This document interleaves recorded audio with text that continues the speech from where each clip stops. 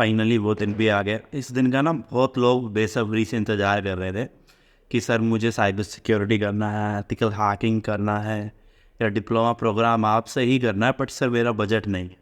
Finally हमने एक programme launch किया है बग बाउंटी और एथिकल हैकिंग को मिला के, जिसको हम बोलते हैं मास्टर इन एथिकल हैकिंग, जिसके अंदर कंप्लीट एथिकल हैकिंग कोर्स है और बग बाउंटी किस तरीके से आप बग बाउंटी हंटिंग कर सकते हो, जिसके अंदर आपको टॉप वेबसाइट की वनरेबिलिटीज़ कराई जाएगी। मैं आपको बता दूं, टॉप 10 ओवास। इथिकल हैकिंग तो सेम हमारे कोर्स में जो डिप्लोमा में है सेम इसी में बिल्कुल सेम होने वाला है, बट बग बाउंटी एक अलग कोर्स इसी के लिए बनाया है, जो कि हमने स्पेशली बनाया है वेबसाइट पेनिट्रेशन टेस्टिंग के लिए, बग बाउंटी हंटिंग करने के लिए, हैकर वन पे किस तरीके से बग फाइंड करते हैं, प्राइवेट इनविटेशन कैसे मिलते हैं, बग क्राउड पे कैसे आपको बग फाइंड करने हैं, रिपोर्ट आपको किस तरीके से बनानी है, वो सारी चीज़ें इसी चीज़ में सिखाई जाएगी।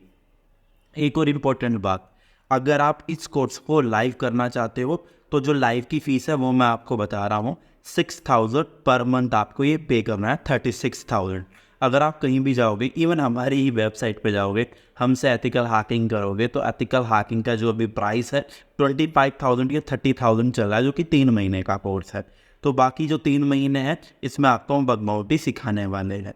तो ये तो मैंने आपको एक परफॉर्मा बता दिया, बट एक नया खास हमने क्या रखा है, ये हमने एक एक्सपेरिमेंट किया है लोगों को हेल्प करने के लिए, कि ताकि ज़्यादा से ज़्यादा लोगों तक मेरी नॉलेज जा सके और जो मैं पढ़ाना चाहता हूँ, जो चीज़ मैं सिखाना चाहता हूँ, वो सारी चीज़ें वो अच्छे से कर सकें।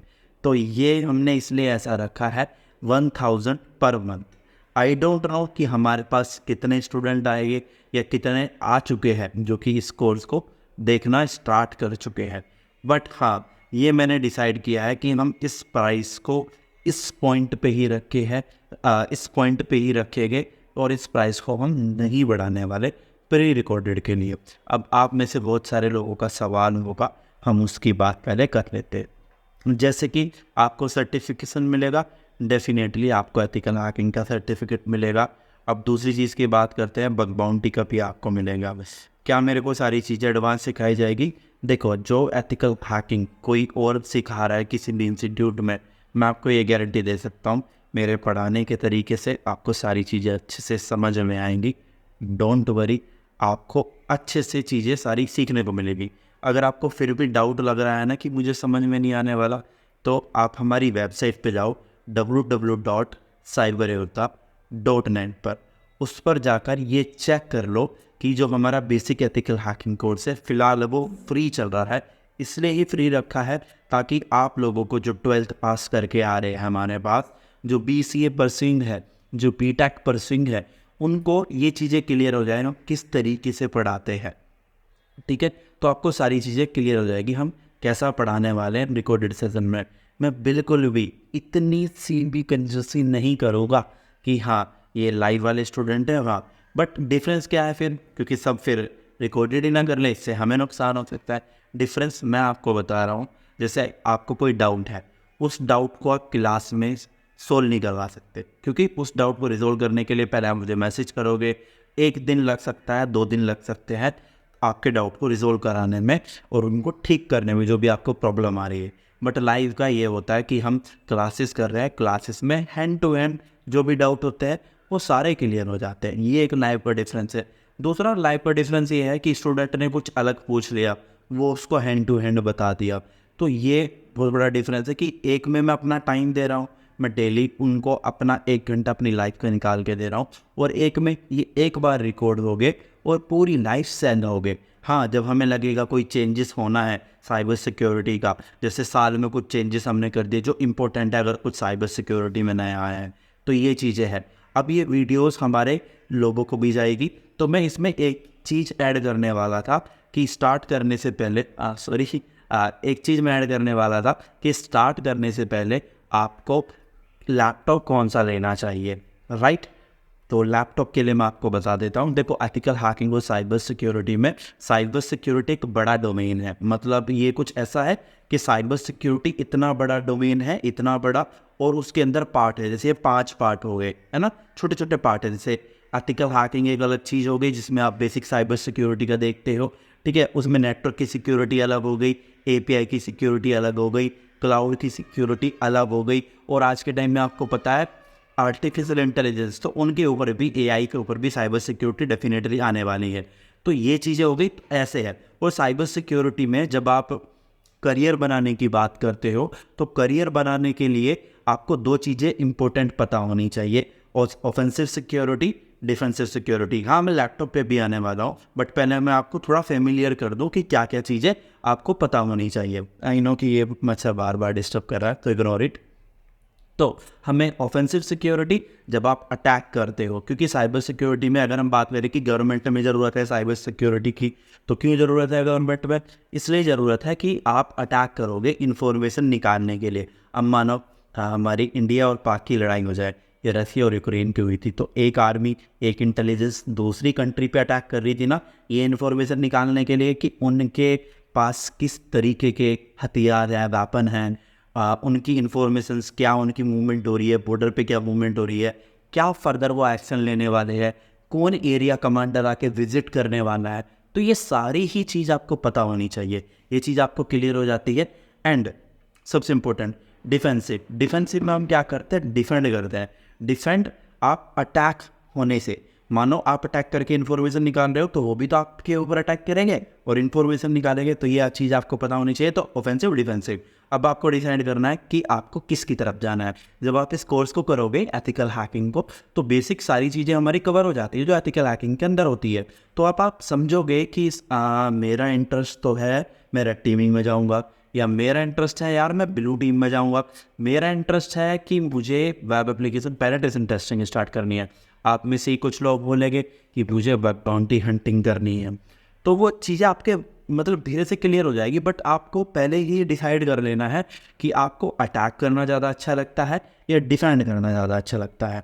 बट माई चॉइस ये है, जो मेरी चॉइस है पर्सनली, कि आपको ऑफेंसिव डिफेंसिव अच्छे से आना चाहिए। दोनों चीज़ें आप ज़बरदस्ती तरीके से कि नहीं मेरे को दोनों ही पढ़नी है, पहले अच्छे से कर लो, तभी आप दोनों में से एक चीज़ मास्टर कर पाओगे। अब आप सोचो, अगर आपको अटैक करना है तो डिफेंस कैसे करते हैं ये पता होना चाहिए, ताकि आपकी अटैकिंग की स्किल अच्छी हो सके। और अगर आपको ये पता है कि अटैक कैसे करते हैं, हैकर अटैक कैसे करता है, तो आपकी डिफेंसिव स्किल अच्छी हो जाएगी।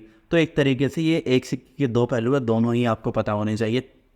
एक और इम्पोर्टेंट बात, कोर्स के अंदर की बात चल रही है कि आपको रेड टीमिंग करनी है, ब्लू टीमिंग करनी है। तो जब आप ऑफेंसिव करोगे तो आप एक रेड टीमिंग वाले करियर में जाने लगोगे, जब आप डिफेंसिव वाला पार्ट करोगे तब आप जाने लगोगे ब्लू टीमिंग वाले करियर में। ये चीज़ें क्लियर हो जाती है। अगेन अब मैं वापस से लैपटॉप वाले टॉपिक पर आता हूँ कि हम लैपटॉप की बात कर रहे थे।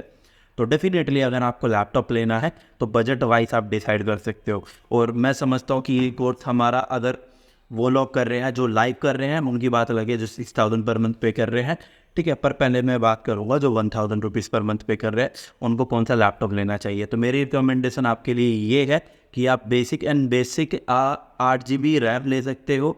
8 GB रैम के साथ आप प्रोसेसर i3 स्टार्ट कर सकते हो अगर आप इंटेल लेते हो। एंड अगर आप इंटेल नहीं सोच रहे लेने का, आपके पास राइजन का सिस्टम है, तो राइजन भी बेस्ट रहेगा। राइजन 3 आप ले सकते हो, उसके साथ रैम ले सकते हो 8 GB। But if you have a budget then go for it 16 GB, आप 16 GB रैम करा सकते हो। और हार्ड डिस्क की रिकमेंडेशन कंपलसरी है, वरना आपका सिस्टम हैंग होने वाला है। SSD फास्ट होती है, आपको पता है। आप SSD हार्ड डिस्क ही रखना। अगर आपका पुराना लैपटॉप है तो आप उसको अपग्रेड करा लो, वो ठीक हो जाएगा, और ये कॉन्फ़िगरेशन आप रख सकते हो। तो ये तो चीज़ें हमारी क्लियर हो जाती है कि हमें कौन सा लैपटॉप रखना है if you are looking for budget friendly. But अगर जो हमारा कोर्सेज कर रहे हैं, you have a good budget, फिर आप जितना ऊपर प्रोसेसर बढ़ाओगे, जितना ऊपर रैम बढ़ाओगे, एंड जितना आप ऊपर आप जाओगे SSD के ऊपर, उतना अच्छा चलेगा। जैसे कि मान लो आप फिर एक अच्छा सिस्टम, आप कम से कम i5 ले लो, i7 ले लो, बस i7 इज मैक्स आपके लिए साइबर सिक्योरिटी के लिए। i7 max. आप रैम बढ़ा लेना, रैम आप कर लेना 16 GB की जगह 32 GB सही रहेगी। और उसमें तो ग्राफिक कार्ड भी आते हैं, तो ग्राफिक कार्ड की वजह से क्या होता है, अच्छे चलते हैं सिस्टम आपके।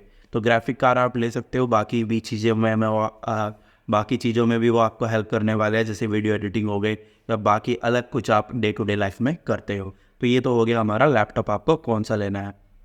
बाकी वीडियोस किस पे मिलेगी अभी आपको सुपर प्रोफाइल पे मिलेगी, जिसके थ्रू आपने टेलीग्राम के थ्रू परचेस किया था। अगर आप वन टाइम पे करते हो तो आपको सीधा www.cyberyoda.net पे मिल जाएगी। और जो सर्टिफिकेट है दोनों का वहीं से इशू होने वाला है, क्योंकि आपको एक बंडल दिया जाएगा, उस बंडल में दोनों ही सर्टिफिकेट रहेंगे, तो आप उसको वहाँ से कर सकते हो।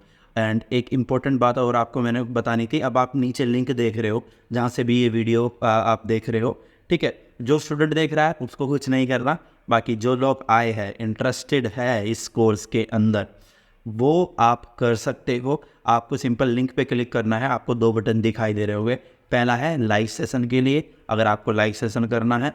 दूसरा है अगर आपको रिकॉर्डेड सेशन करना है, और ये दोनों ही वन टाइम पेमेंट के लिए है। अगर आपको मंथली पेमेंट करनी है तो मंथली पेमेंट के हिसाब से आप इस नंबर पे व्हाट्सअप करना या इस नंबर पे कॉल करना, आपको पता लग जाएगा। बाकी सेल गॉस Cyber Yodha. Learn from anywhere and anytime.